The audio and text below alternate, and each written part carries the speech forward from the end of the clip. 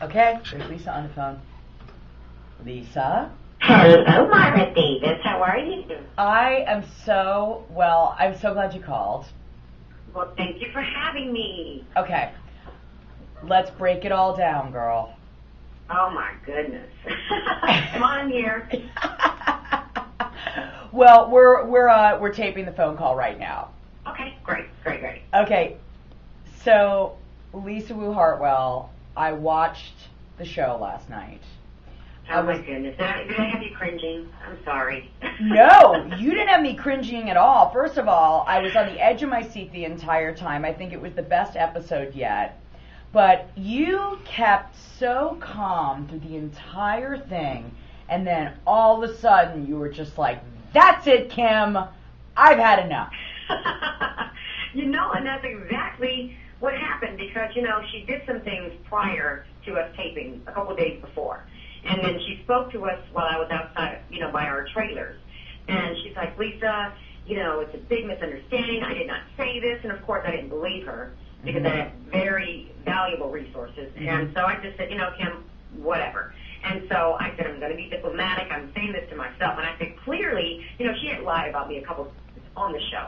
But I'm thinking to myself, I'm like, okay, she's in the doghouse with me already. Clearly she's not going to lie today is what I'm thinking. Right. And so I'm diplomatic. I'm sitting there. I'm smiling like, okay, we're just going to put our issues aside and we're going to do this reunion show. And she starts lying again. And so I'm like, you've got to be kidding me. You're already in the doghouse and you continue to lie about everything that comes out of your mouth. And I was just done. The wounds were fresh and really had the show been 2 weeks later or 1 week later, I probably would have been able to keep my composure. Well, I think, and we've only met one time, but I can see by watching you how it seems to me like you're the kind of person who, you just let things roll. You know what? My life is good. I don't need to worry about this. But I feel that she pushed you to the point where it was just like, okay, I can't stay quiet anymore. Mara, it was just crazy the things that she was saying.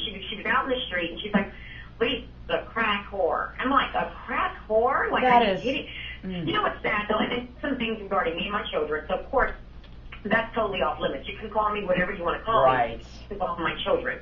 And then the thing, the sad part about it is that if I ever had, done any kind of drugs or anything like that, that is truly a testimony of where you've been and where you are now. So that's nothing to be ashamed of if you've overcome that. I was involved in an abusive relationship. And so think about that and say, I've overcome that. And this is where I am now. So you're happy to tell people where you are now. So, if it had been true, I had no problem saying it. But I'm like, I have children that can read that could possibly be teased at what people believe is nonsense. That's not cool for you to go around just saying stuff. Well, let me just tell you, it was very obvious watching who was delusional on the show. You see her on the show and she breaks out in all these tears and she's like, oh, I had cancer. And then 5 minutes later she comes back and says, well, I didn't have cancer. Andy Cohen, just his head is like, huh? I wondered about that because I would think, and look, I'm not one to judge Lisa, but if I had a cancer scare, I probably would not be smoking cigarettes. Well, not only that, then again, it's a situation that if you truly had cancer, don't you want to encourage other cancer survivors and speak on that? Right. It's not a thing to be embarrassed about. Right. Well, I just really didn't get it, and I was just like, oh my God, all these lies, I can't deal with it. Well, you know what? I think what you and Nene are doing, I was very moved by some of the stuff she was saying about her Twisted Hearts Foundation, and I think it's great. So you guys are going to write a book? We're definitely working on a book, and I've been working on one for a while. I struggle with the, issue of should I speak on this or should I not? And because I'm not trying to expose anything that would never be out of exposure, because I've never discussed any relationships or named anyone. Right. It's just that, and the testimony is not in who did it. The testimony is in that you're an overcomer, and that you come out of this and you're okay. And so, but I think it will encourage other women. So definitely I'll speak on it, and there may be some incidents that actual occurrences. Well, girl, what is it that you don't do? I am just blown away between the working out, the jewelry, the kids line, the real estate, and now is it on deck? Everybody wants to know, Lisa, when is the second season going to start? Because you gals are hot. Oh my goodness, but we get so much criticism, and I'm like, people are only seeing a smidget of it, and it's crazy, but we are coming back, and Yes! The ratings were crazy. It just superseded Orange County and New York, and it was, I don't think they expected that. Well, I know I'll be the first to be watching. When I was watching Kim and Nene go off, it reminded me of Jill and Ramona from the New York cast. Did you watch the New York show? It was like I watched it like one time, so I didn't get a chance to know every woman and get their personalities. But there was so much, there was another part of the show, Lisa, last night that I found very interesting.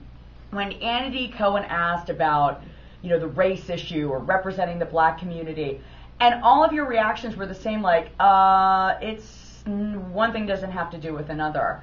Does it seem like a lot of the questions you've been asked are focused on that, or do you think that even needs to be mentioned? Well, it was crazy. That's why I said the black community. Like, what does that have to do with anything? Right. I don't understand it. So I was like, well, where is that question? I mean, obviously we can't represent all of Atlanta. We can't represent the black culture. But, I get a lot of women that say I represent the working woman. So, that's great. And I get a lot of fan mail that say I inspire and, encourage them. So I think that's great. But we're just being ourselves. And, I'm sorry if they feel that we're not doing a great job at it. No, I think you are such an inspiration as far as looking at everything that you do, and even one of your expressions that you have. Let's see if I can recreate it. Oh my God! I do that a lot. I think I'm just at a loss for words and shock. So I'm like, oh my goodness. So those are just that's an expression that's really filling words, I guess. I don't know, but I was just amazed at the reunion show myself, and I apologize to a lot of my fans because it's out of character, but the same thing is, I'm a businesswoman, but I'm a mother first and foremost, and I'm a wife, and it's just like, you shouldn't be spreading negative rumors that's going to have anyone questioning my integrity. Well, I think that anybody who knows you can see through that, and I think the show, people are going to make what they want of it, and I think that it was all laid out last night. Let me ask about your husband. So, is football off the table for him at this point now, or is he still looking to do something next year? Mary, it's so funny because, I got a lot of flack for that. They were like, she's not supporting him, and I said, well, I have to see him walk down the stairs sideways. I felt for you because anytime my husband is like on 3 fantasy football leagues, so I'm watching more football than I know what to do with. But when I see one of these guys get hurt, I am always thinking of the wife, the mother, the child, of what they're thinking watching that TV. It is quite a serious sport, and that's a tough life. It's brutal. My middle son, Justin, just started playing football, and I'm at all the practices, all the games, and I'm just like, why do you want to play football? Like, don't you want to play basketball or soccer or baseball? And he's like, no, I love it. So it's just a cool sport, and he loves it. And, with Ed, it's just that, I see him walking sideways or coming down the stairs, and then he's like, oh, I got a game on Sunday. How can you have a game and you're walking? You can't even walk right. It's crazy. Right. So, I wouldn't want to risk his health just for a lifestyle. It's like, I work and we're fine, and at any point, if we ever need to downgrade, I have no problems with that either. Right. So are you saying that he's probably not going to get it back into the NFL? Well, it's funny because his agent called him the other day, and another team wanted him to come out. I'm like, not again. This is, and I think he just wants to prove that he's okay, but at the same time, I see, when he wakes up from a game. I see, the couple days before a game, and I'm like, I just don't understand it. I think it's a very brutal game, and we have a lot of businesses that he's, hands-on with, and so there's a lot to do. So, of course, I'll, support his decision, but I don't want to see him hurt.